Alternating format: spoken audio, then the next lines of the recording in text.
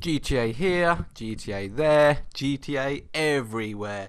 Hey guys, what's going on? This is Mushman182 and I love Grand Theft Auto. I've played every single version of the game, right from where irresponsible grandparents brought me the original GTA when I was 13 on the PC to where we are now with GTA 5. But if you're like me and sub to primarily COD channels, every single person is posting a Let's Play version of Grand Theft Auto. Okay, now as I said, I love Grand Theft Auto, but I can't see the attraction in watching someone play a single player game mode. Obviously when multiplayer starts up it'll be different, but why watch a Let's Play of the game? Surely if you have the game you want to play for yourself and discover the story mode. But personally, the only single player GTA videos I watch are tips on how to get achievements, but that's about it. Each their own, I guess. But I'm not going to post any GTA story mode gameplay. Will I do multiplayer? Maybe, but I don't think it's one of those games where you can talk about subjects and topics and just have gameplay in the background. Maybe live comms would work best with GTA Online, but I don't know. So, anyway, this gameplay in the background is almost, and I mean almost, the perfect kill confirmed game.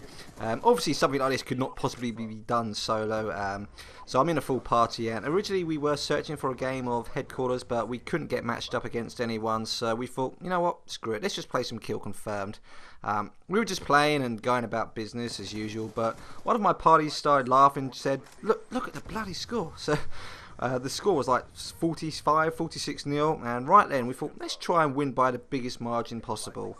We don't quite get the 100-0 win, but we were pretty damn close. One of our team even felt sorry for the enemy team and decided to put a lightning strike on his own head when he was on a nuclear streak. But yes, we were really close into getting a perfect win. I don't know if something like this has been done before, a 100-0 kill confirmed shutout. I did a quick search on YouTube and didn't find any 100-0 wins, so I don't know if this would have been a first if we could have achieved it, but this won't happen again though, and I wouldn't stress myself out in trying to get a flawless victory.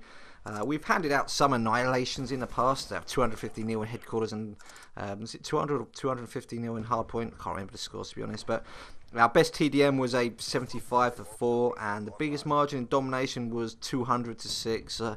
I remember the 200-6 one quite well. It was on Modern Warfare 2 on Rundown. Yeah, danger close spawn flag tubing for the win. But have you guys been part of any monster victories in the past? Do you have any videos on your channels? If you do, just post it in the comment section or send me a link, and I'll happily check it out. Sometimes there's nothing like a good beating, but back to the gameplay. This was also only possible because there was four or five of us rocking the VSAT.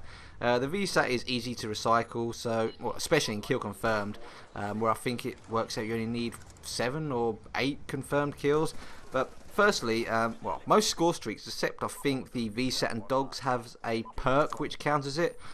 So you got Ghost for the UAVs and lightning strike locations, Flak Jacket for the RCXD, War Machine, Blind Eye for Stealth Chopper, what else? Hunter Killer, Escort Drone, Warthog Swarm, and Cold Blooded for your user control streaks like the VTOL Warship and Lodestar. But you can still be killed by controlled score streaks when using Cold Blooded, but unless you have just spawned with non-users of Cold Blooded, you're difficult to find and target. Dogs are pretty useless in this game, really. If anything, they can help you get your own score streaks. You can sit in a corner or on a ledge and just rack up 50 score per dog kill. But how do you counter the VSAT? You may say, well, you have counter UAV and EMP, but unless you have them already, you're not going to be able to go on a high streak when an enemy VSAT is up. In fact, if you use hardwired, which I know no one really does, but then there isn't going to be a counter to your VSAT at all, even if you're being spammed by EMP grenades. So the VSAT is by far my favourite streak in any Call of Duty game, but is it too powerful? Well, if I'm in a full team running hardwired VSATs, how can we be countered? We can't. So should a VSAT, and you could possibly say the same for UAV, but I'll just talk about the VSAT for now. Should this be a player only reward? Should it stay as it is, or should there be 2 variations of it in the game? Should there be a player only and team version of it?